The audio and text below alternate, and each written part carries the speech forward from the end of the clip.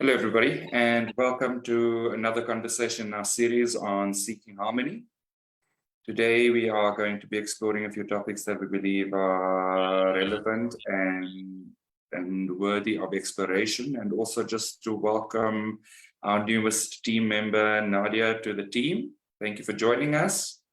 We hope that you're going to have a good time with us, and please feel free to share your piece as you feel necessary. And also please just allow yourself to relax into the space. I think that we just really allow the conversation to flow and really explore what we are talking about from a unionist point of view. So again, thank you for joining us. Thank you to everybody else for joining us. And to the team, I'm going to open it up to you and ask you what you believe would be our leading topic for today.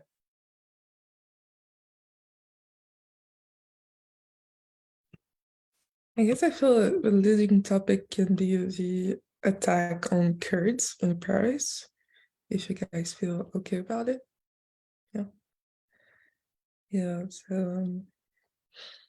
I think it was an emotional week for a lot of people, and basically an armed man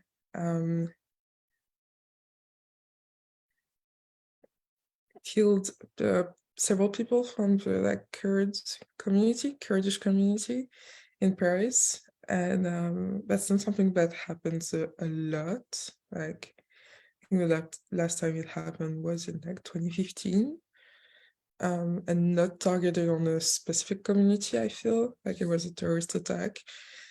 And on the one hand, it's kind of emotional because he was released from his prison investigation, police investigation, after he revealed that he had a pathological, almost sick obsession with hating strangers, basically xenophobia.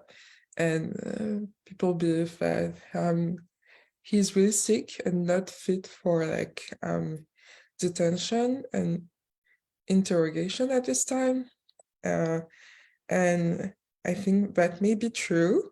I think it also upsets a lot of people. And on the other hand, Kurds are upset for very obvious reasons. And I also feel like the first thing that came to mind was that for them it's very sensitive because they don't feel accepted in many parts of the world right now. So obviously there is a lot to heal for them too. So I think this was a week of great upheaval for a lot of people, and that it happened at the time Christmas as well was kind of obviously sensitive. So I don't know, how do you guys feel about it? Do you have any comments, things to add or share? I think what also stood out for me was this feeling of, self-acceptance, and Kurdish people, maybe that's the healing that's there for them. Because the thing that stood out is the fact that, there are many countries where Kurds, live, including Iran. Iran is one country that has a big Kurdish population. It's the same sort of feeling, like they're always kind of marginalized, kind of ostracized, like they're not accepted within the society that they're in. So that's what stood out to me, was that, because obviously there's healing for both sides. And I think for the Kurdish people, issues around self-worth, self-acceptance may be coming up with this tragedy that happened.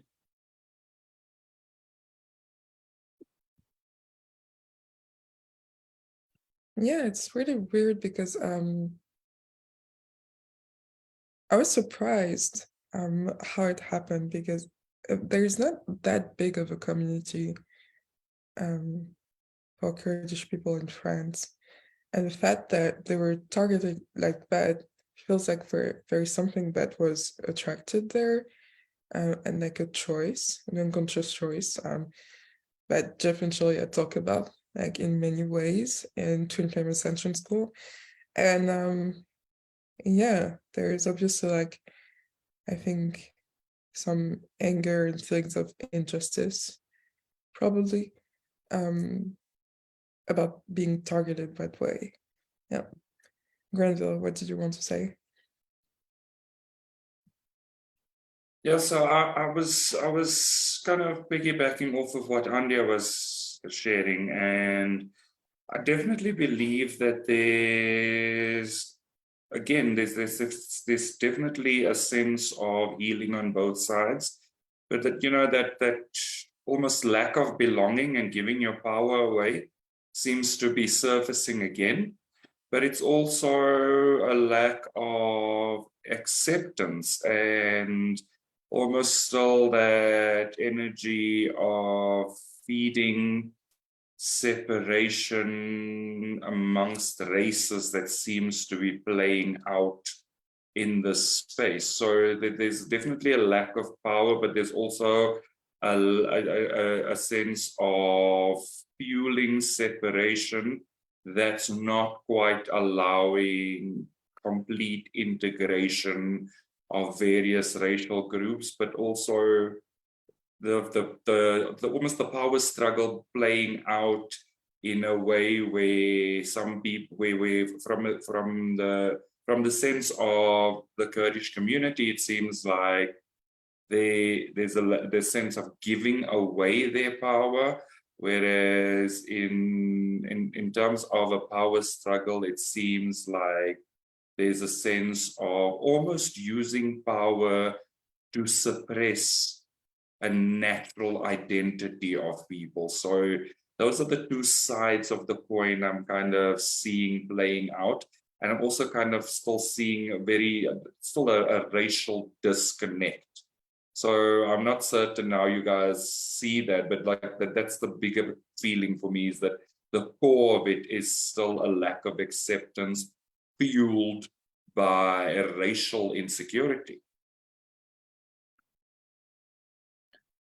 That also kind of crossed my mind because I have some family in France, and they're half Moroccan, and the last name is very Arab sounding, I guess. And they've told me, like, a lot of my cousins have just told me growing up was very hard for them in France because they always felt kind of targeted and just picked on. Like, one of my cousins just went so far as just like changing her name just as she says it. And so and I've heard of similar experiences with like the Algerian population as well in France. So I feel like, Granville, you're maybe touching on like a bigger issue, like you said, like this lack of acceptance of maybe how France has changed over time, and just with the different influx of cultures coming in, I feel like there is a lot of like a racial disconnect. And it's almost like some French people, they don't choose to see that as like French. They want to kind of like separate it, like, oh, that's not really France. They're kind of stuck in this like traditional sort of mindset. So I definitely feel like that's playing a lot here, and it might be influencing this one individual that took it upon himself to make this choice to attack the Kurdish community.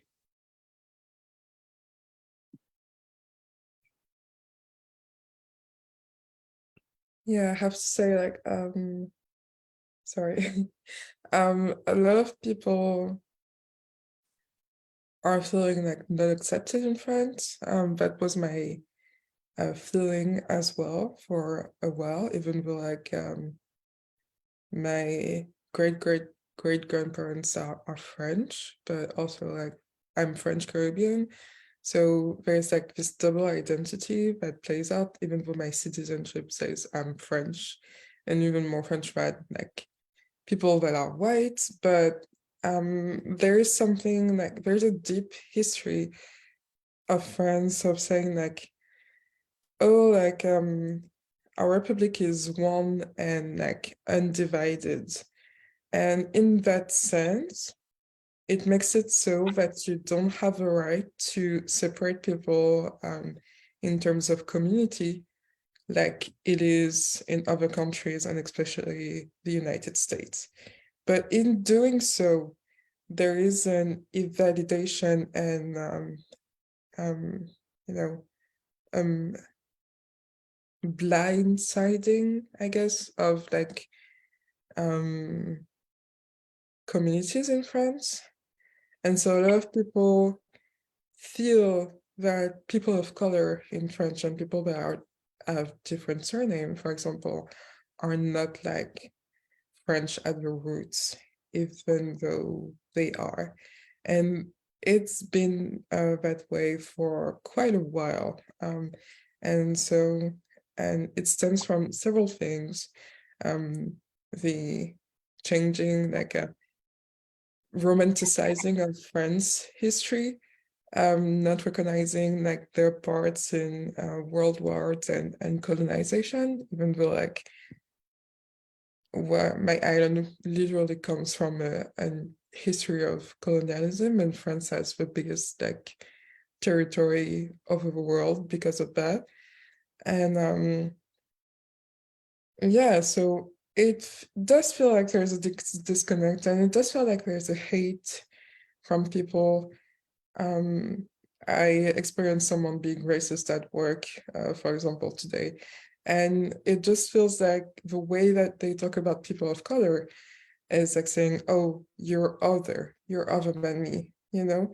And I think in some ways, like a lot of countries experience that, but the way it is in France is like, in some people's minds, it is impossible that I am French because of the way I look or because of the way my name sounds, so things like that. So obviously, like there's a deep hurt in there, and Granville was spot on about feeling that.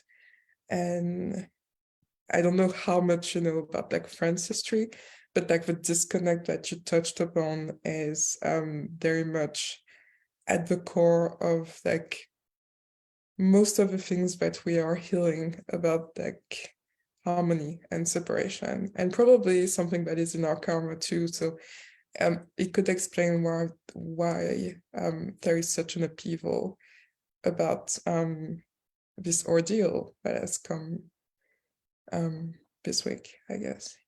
Yeah. So I think with the context that you just shared, something else that comes up, and again, it's again related to healing on both sides. So the one side I feel is there are people that are relating to the world from a supremacist point of view, as in feeling superior. But there's also a sense that there are people in the world relating to the world from a point of inferiority, which is where the grind is really happening. And if you look at the core of it, it sounds very much like a power play. So relating to the world from a place of weakness will allow people to generally believe that they can relate to the world from a place of strength. And those two things almost feel mutually exclusive. So it feels like usurping power or taking power and giving power away. But I feel like the core of it is the sense of supremacy versus inferiority.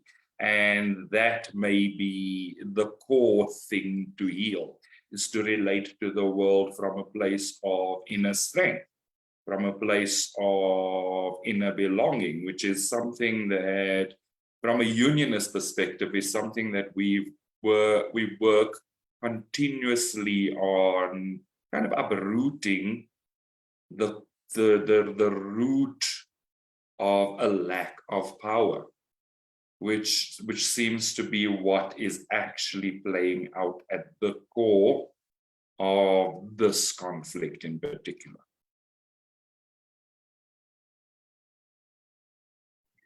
Yeah, I wanted to add, I really like how you conceptualized both of those hurts that are happening in the population. And I wanted to ask you guys how you felt about the release from custody due to health reasons. And if you guys knew of any protest from the Kurd community that kind of would be the next step of standing in their power and believing in their power. I'm not sure if you guys knew of any additional protest or action that went for that. I think there has been like several days of protest and civil unrest, and also I guess social media like really came in to support like the Kurd community. So it feels like, it's funny that you mentioned that, because it feels a little bit like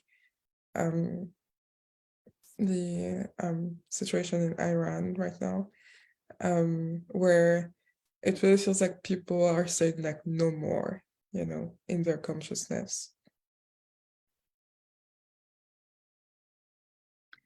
This reminds me of the uprising in for Gaddafi, when it was so surprising and it was such a quick revolt for their equality. And you know, if it happens in one community, it may inspire other communities to rise up as well and stand up for their equality. I think you've touched on something quite important, and it's something that we've discussed a couple of times, in the sense of saying no to oppression and standing up to tyranny and the oppressor. And it definitely was a very strong theme throughout our Why Black Lives Matter conversation series. But it's also been a strong theme in exploring the conflict between Russia and the Ukraine and certain other Middle Eastern countries where there has been, again, racial tension or tension from a gender point of view. And it will be one of our topics as we go forward in discussing the ban on education for women in Afghanistan, because I feel like it's very much, again, stems back to grounding in your power and understanding and accepting your power, but then also acting in your power, because, and it's something that we constantly discuss, and I know it's Sage's favorite line, that people understand. Sometimes there's only certain things that people understand, so you kind of need to meet them where they live. And so in this sense, when you speak to protest action, I believe that really does speak to meeting people where they live and drawing a very solid and powerful boundary, even if that boundary comes in the form of violence. And we've explored this, we've explored what the purpose of violence is under these circumstances in various conversations that we've had before. And I feel like that the protest is definitely something that's a strong boundary, but it's a strong boundary in terms of really standing up where the circumstances require you to stand up and to literally act on the outside as much as you're healing on the inside.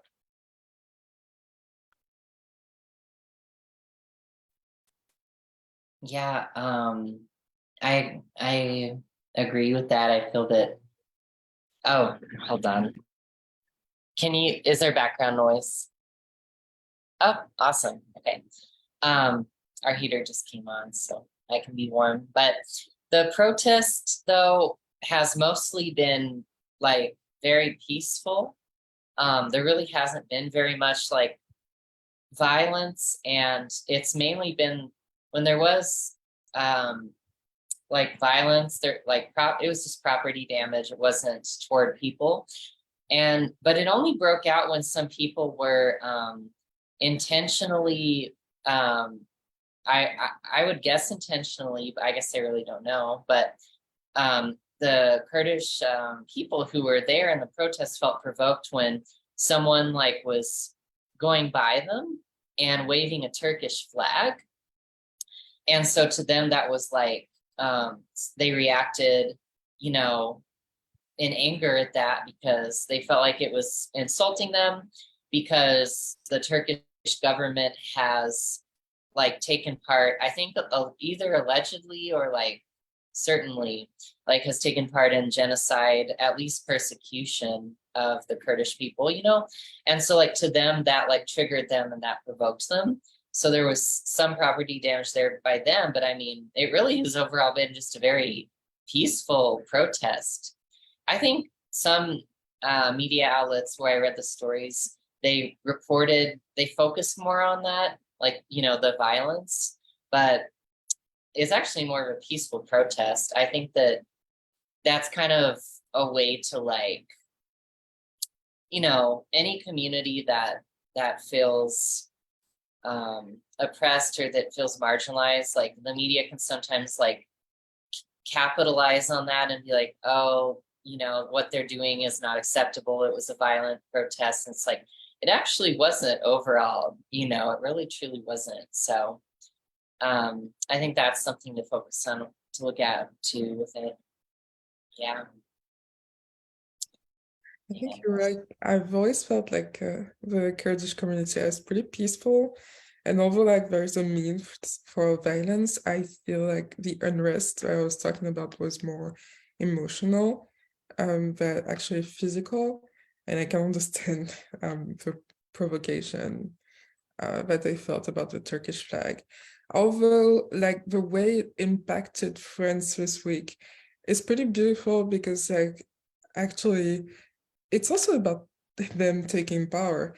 How beautiful it is that you come from a community that is almost like invisible in the society to being the one that represents like a protest and a fight that has been going on for so long, you know, and that people have been asking for, actually. So yeah, there's a lot of healing for them to do, but there's also like you know, there's this reason to shine, like there's and really have a divine purpose in the sense of like healing society right now. Because for example, I think when Morocco was in the semifinals, there was a lot of like Moroccan people celebrating in the streets of Paris. And in all of the cities, it was pretty beautiful, but like the media capitalized it in the way that, oh, it's like the strangest waves, like they don't feel French tonight and we feel overtaken and they're going to take our country and things like that. And it's been that way for so long. I think people are, I could go on about this for many hours because there's a lot to it, but I think people are very tired about this discourse of white people. And also I think they're pretty tired to like always be fighting with each other, even in like the people of color communities. And so it's from this tiredness that I feel the upheaval is coming from. And obviously, the attack on Kurds was the trigger, but the unrest was always there, and it's maybe today more emotional than what we've seen in other situations, but it's still as powerful because we all feel it. So it must be true and it must be here, you know? Yeah, I wanted to piggyback on what you were saying because I feel that because of this trigger, now both sides that are essentially experiencing inequality, whether you think of yourself as less than or whether you think of yourself as higher than, you're both in that realm of inequality. Now, those who are in those realms that are indecisive are coming out of the work within themselves, feeling like this is not right. This cannot continue to go on. And hopefully, from that, it will lead to more legislative change and more consciousness on how the history has been taught in France and how the culture has been collecting in France, so that there could be more awareness that there's always been a collectiveness in French history and French culture and art. There's never been just solely French. And if it was way back in the day where you wouldn't even notice it as French culture and French art because it's has been so much collection within their own awareness and their own enjoying of other cultures, whether they colonized it or whether they were trading from it. So from this trigger, more awareness can definitely be brought. And I enjoyed your point there, Yuri. And I enjoy yours too. It's really beautiful. Thank you for sharing that. And yeah, I feel like, I guess to close on that, there is this geopolitical theory that in 2050, most Western countries are going to be equal parts of like white, Black, and Asian and Arabic people, and you can't really distinguish a country anymore by the color and the complexion of people and their origins. And so I do feel that the world is kind of waking up and choosing their sides, and the sides that wants peace, truly desires peace at the core, is saying like, all right, I think what you're doing there is kind of irrelevant. It's not relevant anymore, and we don't want it anymore. So it might feel uncomfortable, but it's also a message to say like, okay, get out of the way. We just want to live in this peace and harmony that you were like kind of talking about and exuding there. So yeah. I almost feel like the sense that you're both sharing speaks to what we would biologically consider cross-pollination. And it almost, like, I have this sense that we're not quite seeing things in the correct light just yet, but the word cross-pollination like springs up to me. And generally what happens with cross-pollination is the birth of new species, of flowers, of plants, of animals, of life.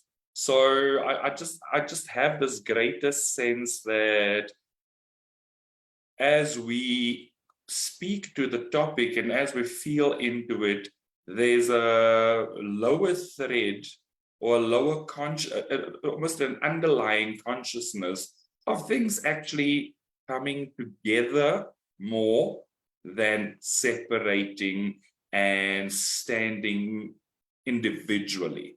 And I'm not certain why I have that powerful sense of it right now, but definitely with our conversation and just closing the loop, that is the word that stands out to me in terms of what globalization actually is.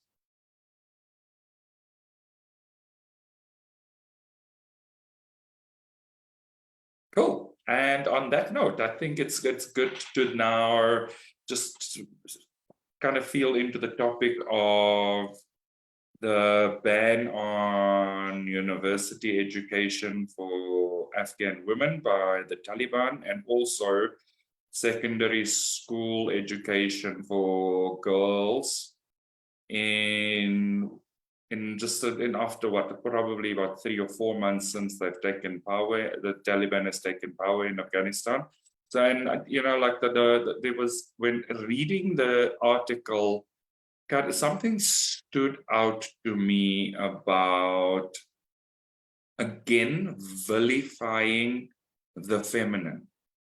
And it's also something that we've spoken to before, but I do believe that it's something to explore, in the sense that, again, is there a sense of the feminine giving away her power in the space, and the masculine, again, grabbing power in a very uncomfortable and probably quite unhealthy way, in specifically this culture under those circumstances.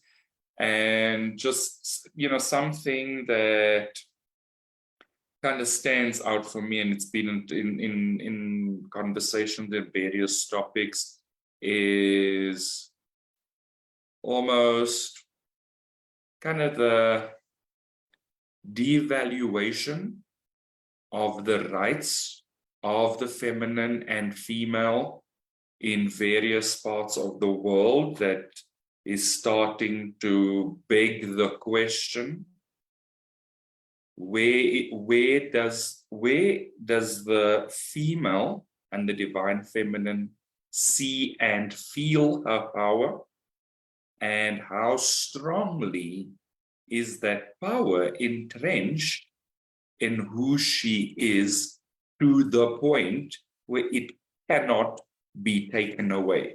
So I know it sounds like a very philosophical question, but the core of it is, what is the feminine's power, and why does it seem like there's still the sense of kind of pushing it away or diminishing it from the masculine energy? And it might be the toxic masculine energy, the misunderstanding of various religious texts in those environments, but there still seems to be the vilifying of the power of the feminine that's playing out specifically in this educational crisis, for lack of a better phrasing.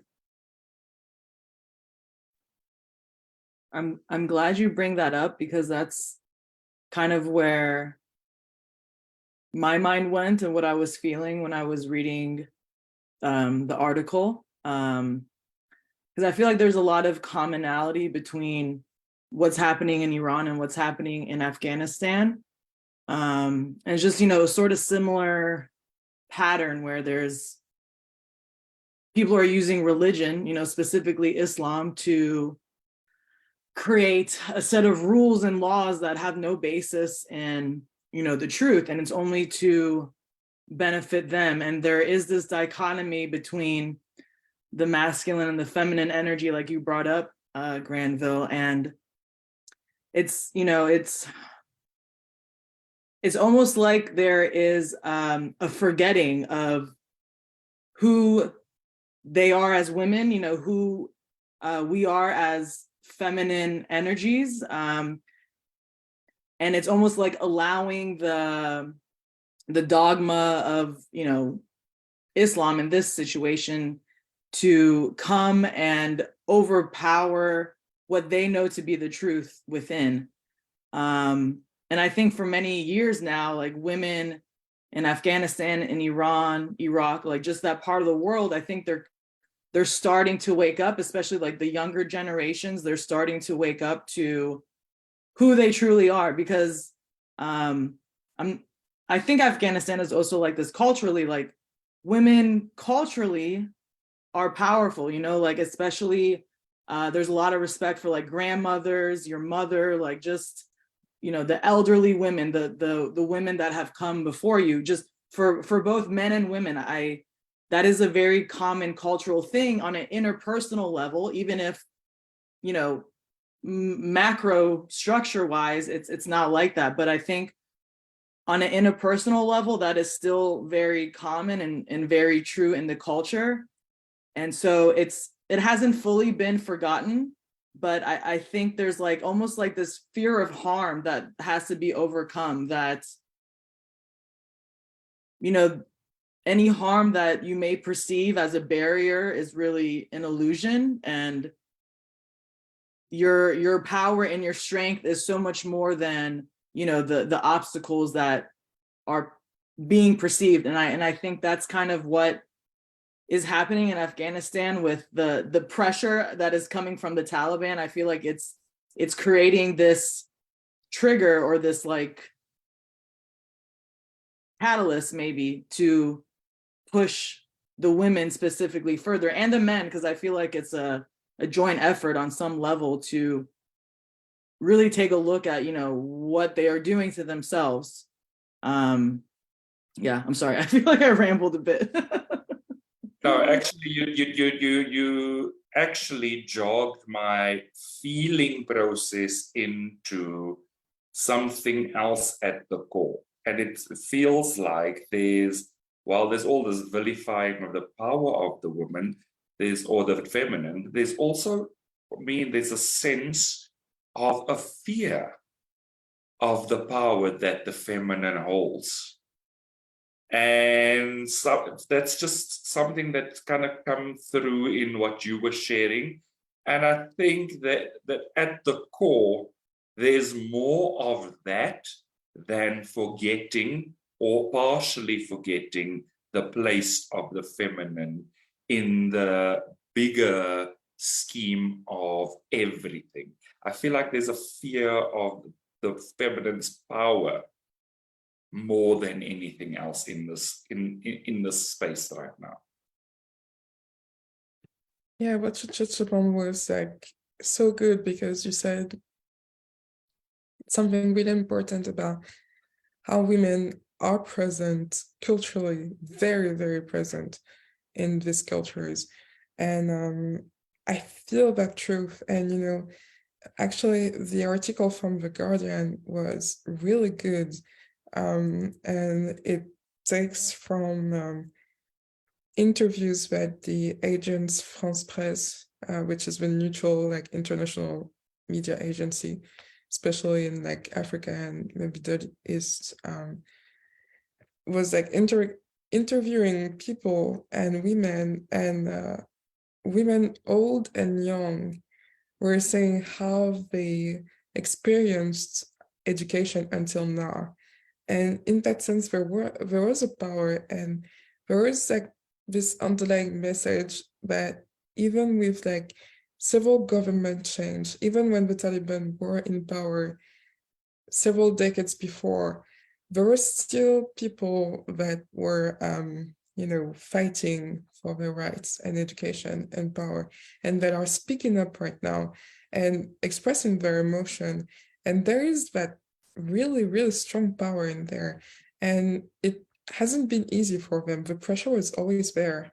And so it feels like, even though the pressure is like being like maximized right now and feels impossible for a lot of people, and maybe they will give up or be disheartened, there's this, it feels like there's this path laid out, and this choice also to keep going in a way, in any way you can, obviously not like putting your life in danger, but like really claiming your kind of your hero's journey, because it's what it truly is. Like, even when you're like pursuing your twin flame, or like every kind of spiritual journey, and the way you come about it is kind of a hero's journey, because it's never easy. There's always pressure, and it may feel, because of ego, that it's impossible, but it's not. And I think this article was like really illustrating that, wow, there are women there, and they're doing everything they can to claim their power and their destiny. And just that is empowering. And so if you believe in that power, I think there's a lot of like hope and there's a lot of possibility for people. And it's not a situation that is easy. It's never easy with Taliban, and especially because like now more than ever they have ways to communicate easier and better, and they're like kind of like claiming their choice and like communicating it to the world. But yeah, we have to remember, just like in Iran, that people inside, or in Ukraine, people inside have power. They have a power and they will always have a power. And so it's not to be underestimated. Yeah, this brought back even what's happening in the US with the wage gap, as well as I see it as even like a turn dial. If our economy, if our infrastructure, if there's something that is unequal, there's like a power that needs to be gained, it automatically goes to the women to, you know, all of a sudden that's the sector that needs to be controlled in order to gain power. So really there is that power and that acknowledgement of power. That's why there is that direct hit towards the women and the community as soon as there's something that goes on within the country. And seeing that in Afghanistan, we see that time and time again. When there needs to be more control, more constriction, the education, the access, the healthcare for women is the one that's first affected.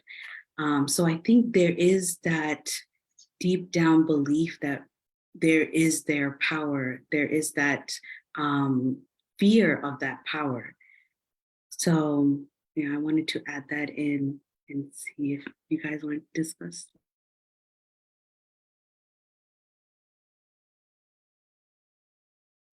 Yeah, I feel like it is about that, like like fear of the feminine. And when Granville said vilifying the feminine, to me it speaks to like the what Jeff and Shaleia spoke about in their sermon about the Garden of Eden, and just going back to that like biblical story, and where Adam and Eve were like, eating the forbidden fruit of knowledge of like something other than God. And, Eve, like it's said that, Eve in the story, like ate the fruit first and then Adam ate it as well. And it's in this like, both of them are experiencing this blame and this powerlessness because Adam is saying like, oh, you did this first and you convinced me to like eat this fruit, and blaming her. But that's him not taking responsibility for his choice, and he's giving his power away, and he's separating himself from Eve since they're twin flames, like they're one person. So like that's the masculine giving his power away, and then the feminine as well, if she accepts that blame, and everything. So that's what's going on. I think it's playing out because people just need to decide for themselves like what they believe in. Like if they really believe that the feminine is bad, or do they believe that the masculine's role is to like be dominating the feminine and like controlling her because like she's like bad and they have to and everything, or because that's not real power. Like if your power is depending on trying to control another person, that's not real power, because you feel really shaky if that's like your source of power. And that's what people are kind of deciding, I feel, and getting really clear on. And I think another aspect too is like breaking religious dogma, because I think people just feel like out of a desire to be good according to society, and maybe even like to be good with God. Like they just believe religious dogma, and it goes on no matter what culture you're in. And it's just something that people need to like stand up to and really understand that love is what really matters, you know. Yeah, because we've been watching that series. Isaiah and I have been watching The Chosen, you know, and it shows Jesus's life and where he like breaks the rabbinic laws and stuff, you know, like doing stuff on the Sabbath and stuff that you're not supposed to because the rabbis say you're not supposed to. And like, this is supposed to be this big deal that you're breaking these laws. And it's like, but why? Like, if Jesus is like healing people and all that the Pharisees are saying is we're upset that you broke the rabbinic laws, and it just, you know, you just start to like realize that these social conventions are like, maybe they didn't come from love, you know, like maybe they didn't come from God. Maybe it just came from fear and like a desire to control. But I know that like it feels really ingrained for people. Like they feel like this is my source of like guidance in the world and truth. And it's not, you know, not truly. So yeah, definitely that. I think there's also another component to it that kind of stands out to me. And that is the feminine's power to be a conduit for life onto this planet. And just even in the story of Adam and Eve, her eating from the apple is almost tantamount to being the conduit of knowledge into life. And so I feel like there's a lot more at the core than we completely realize. But we also need to just ground into the tremendous power that the feminine holds, that has probably over centuries and in various dogmas been systematically reduced and systematically shrouded, and ask ourselves a very specific question in that, what is the purpose of that rhetoric and narrative? What is really at the core? What purpose does it serve? And if we heal the upset in that space, what do we as humanity actually unlock? I think going from what you said, women being the birthing canal and having that as their purpose really allows there to be room to put that systematic oppression and fear, such as the women who are not able to go to education or given a priority to education. Why? Because they're the caregivers. They are the girls that are taking care of their mothers or their younger siblings or taking care of the house. So this role that was given and intertwined with the miracle of birth could be given because of not understanding this power and not understanding this fear, as well as not understanding both on the women's side and the men's side. So they see this tremendous capability, and of course, with the mindset of oppression or ego, you would automatically try to use it as a tool. And that's how it's been used.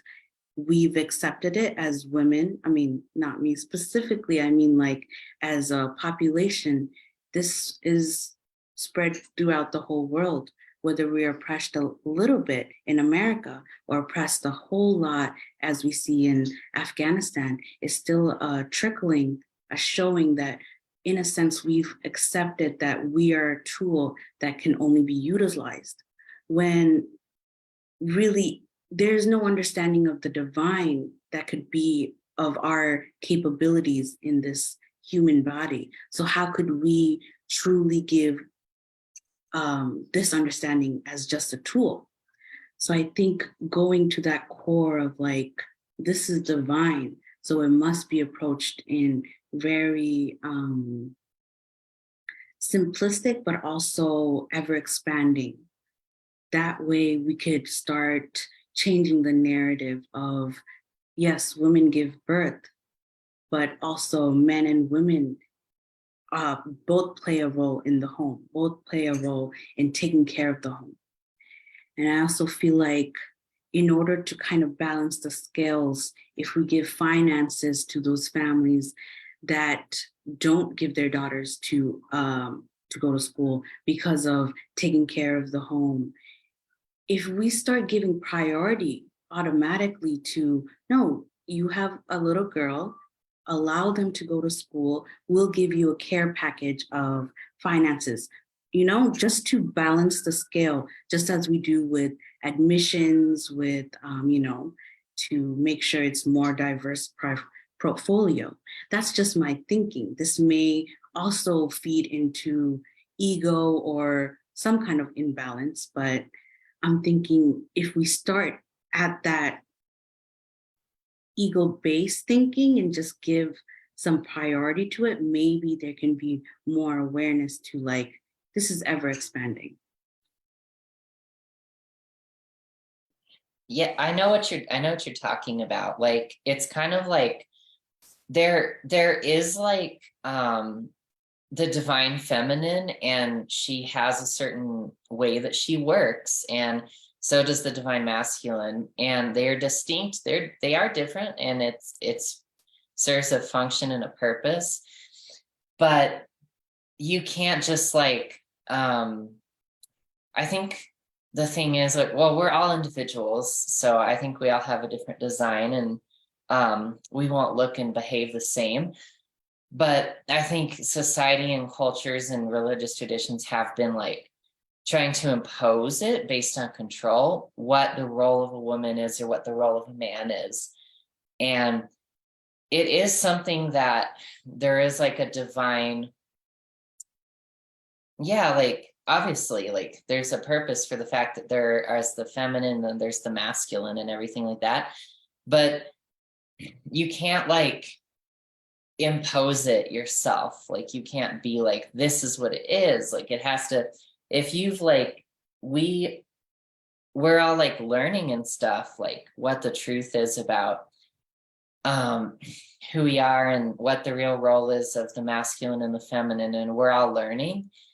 And I feel like most people on the earth couldn't even really tell you like what it is to truth. What does it mean to be like a woman or a feminine? What does it mean to be a man or a masculine? Like, most people like can't really give a good answer at all. People don't even know, and yet people are trying to like decide like, no, this is what it is. And we're all doing that, and we're all healing from that to some extent or another. So I think that's part of it too. And yeah, I agree with what you're saying, but you acknowledging where people are at is important, because yeah, it maybe it's you're saying like, right, like it's the norm for the women in the culture to like take care of the babies and the house and everything, and for the girls to take part in that too, and yeah, that kind of thing. Yeah, I think that it's important to, like, we're all learning and coming to a place of realizing that we are all given a role and a function by God or feminine, but whatever your role and your function is very powerful, because it comes from God.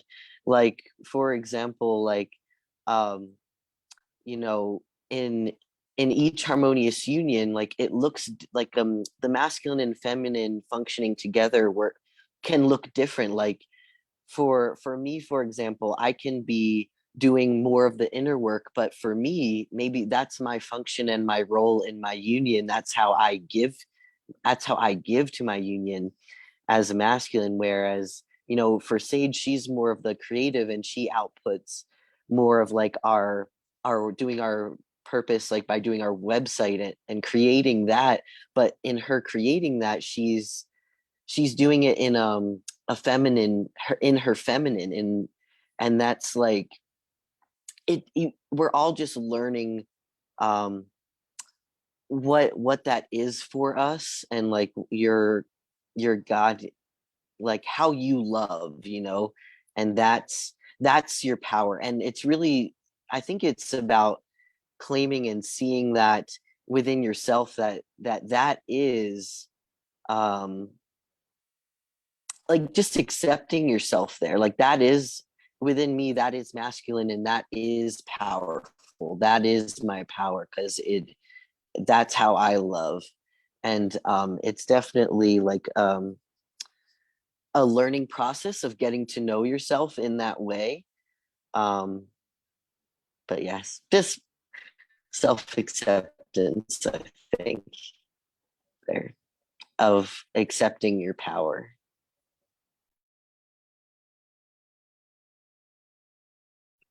Yeah, you're dead on. I was thinking of self-acceptance too. And yeah, it just feels like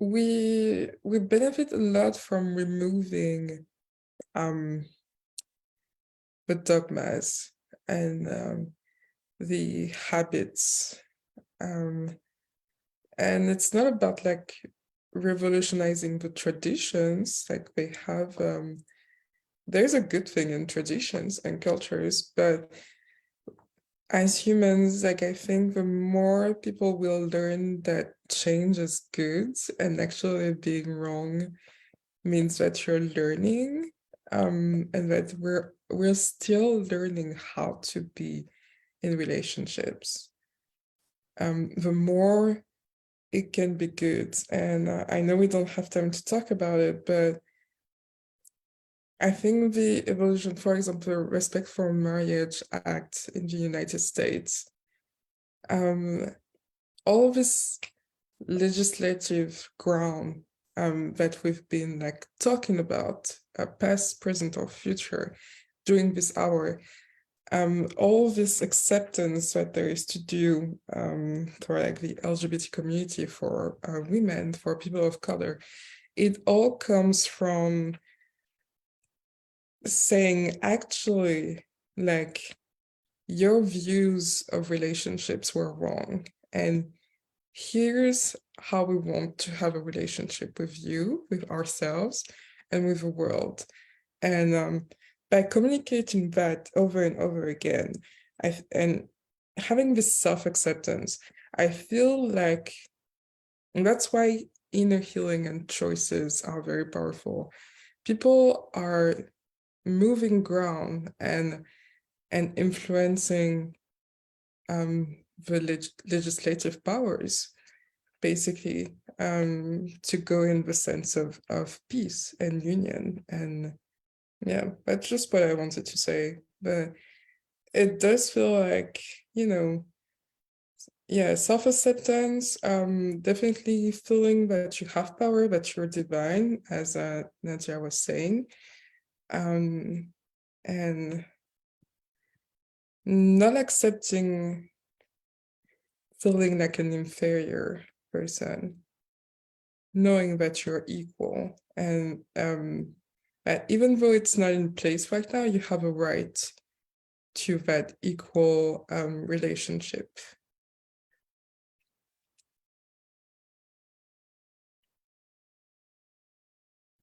Awesome. Thank you. I think that's a great note to wrap up our conversation today on. So thank you to everybody for the conversation. Thank you to the people that have been watching. If you do see our video and you haven't yet, please feel free to like, subscribe to our Church of Union YouTube channel, where you'll find all our previous content.